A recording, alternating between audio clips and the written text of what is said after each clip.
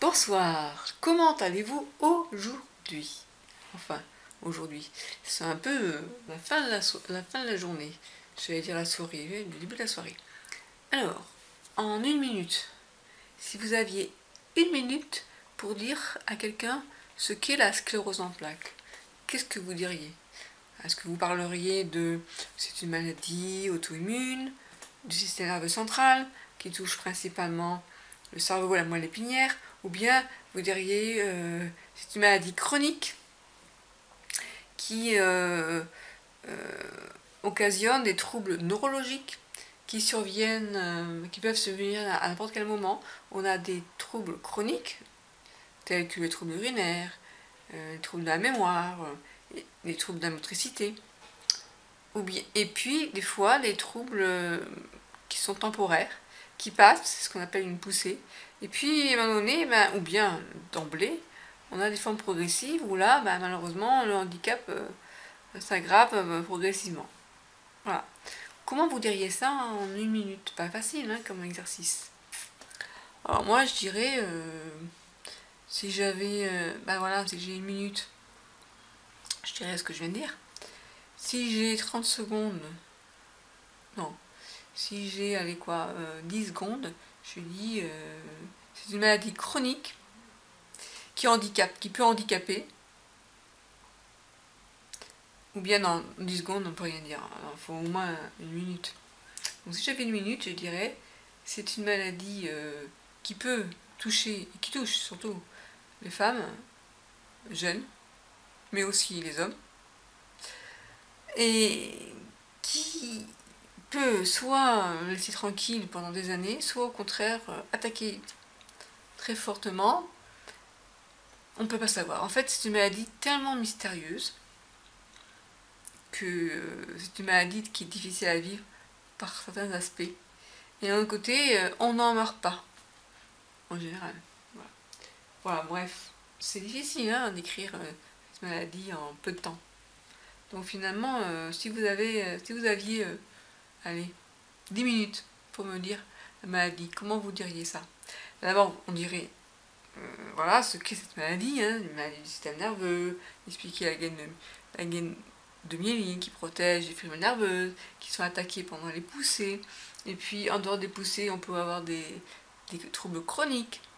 Et puis, on peut avoir aussi des séquelles, des poussées. Pendant les poussées, si c'est une poussée qui est quand même handicapante, on va être soigné à coup de bolus de cortisone, c'est cortisone donné à forte dose, qui c'est pas facile à vivre parce que sur le coup, la cortisone à forte dose, ça peut empêcher de dormir, ça peut provoquer des mycoses dans la bouche, ça rend patraque, ça rend en même temps survolté, bref. En dehors de ça, quand on arrive dans une forme secondairement progressive ou d'emblée progressive, on a le handicap qui s'installe, on doit parfois prendre une canne, parfois utiliser le fauteuil roulant. Après, on parlerait de la vie au quotidien avec la sclérose en plaques. Il faut prévoir, anticiper en disant, bon, on m'invite à tel endroit mais je vais être fatiguée, est-ce que je vais vraiment y aller? On finit par refuser des invitations, donc ça crée un isolement social. Les gens souvent ne comprennent pas ce qu'on vit, donc on est incompris. Bon, là je noircis peut-être un peu le tableau, quoique pas vraiment. À part ça, oui, si vous dites je vais prendre des vacances, ah tu pars là-bas, oh écoute, tu vas faire des balades, super, c'est génial. Ouais, enfin tu sais, je fais plus de balades, pas les balades, il faut me pousser un fauteuil roulant. Ah d'accord. Voilà, les gens ne comprennent pas ce qu'on vit. Les gens ne comprennent pas ce qu'on vit de l'intérieur. La fatigue chronique. Ça, alors là, pour expliquer ce que c'est que la fatigue chronique, il faut être courageux.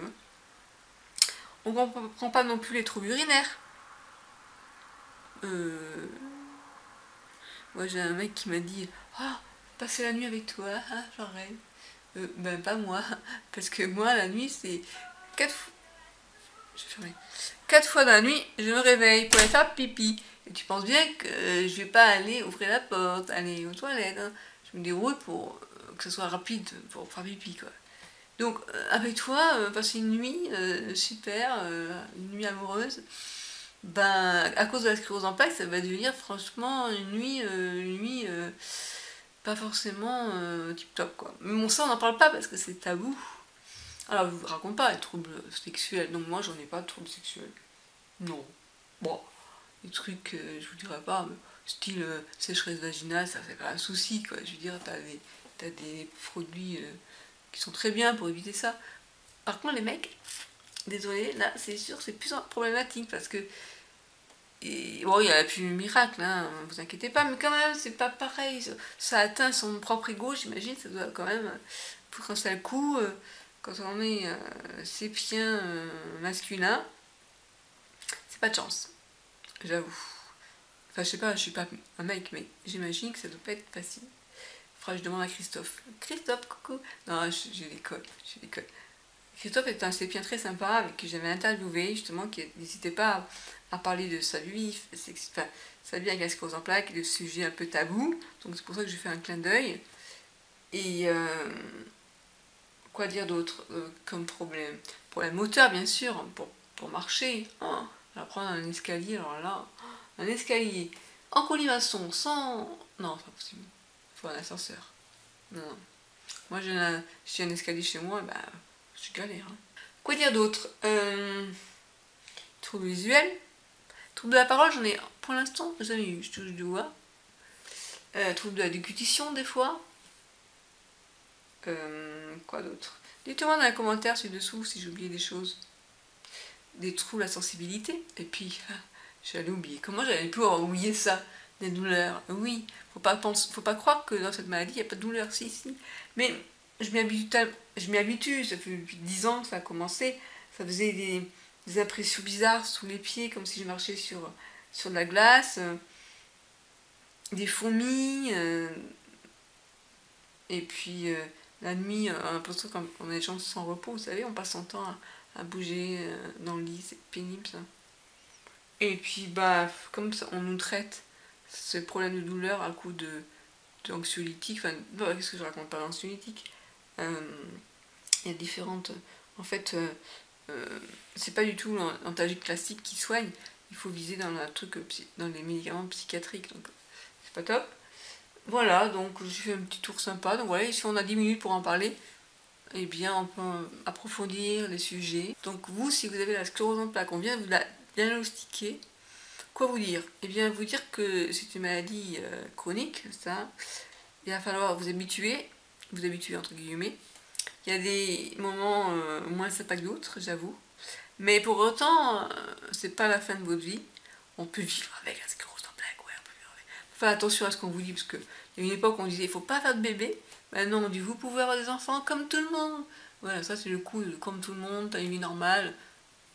Pipo, pipo, pipo. Non, on n'a pas une vie normale, sauf exception, les gens qui ont des formes bénignes. Moi, on m'a dit que j'avais une forme bénigne il y a 20 ans. Enfin, on m'a dit il y a 10 ans que j'avais une forme bénigne depuis 10 ans. En fait, compte, maintenant, je suis en forme progressive, donc, bon, méfiez-vous. En fait, on entend beaucoup de choses, du n'importe quoi, donc, mais gardez le moral, c'est super important. Gardez le moral, et puis venez sur mon blog, c'est .com, bien sûr. À bientôt.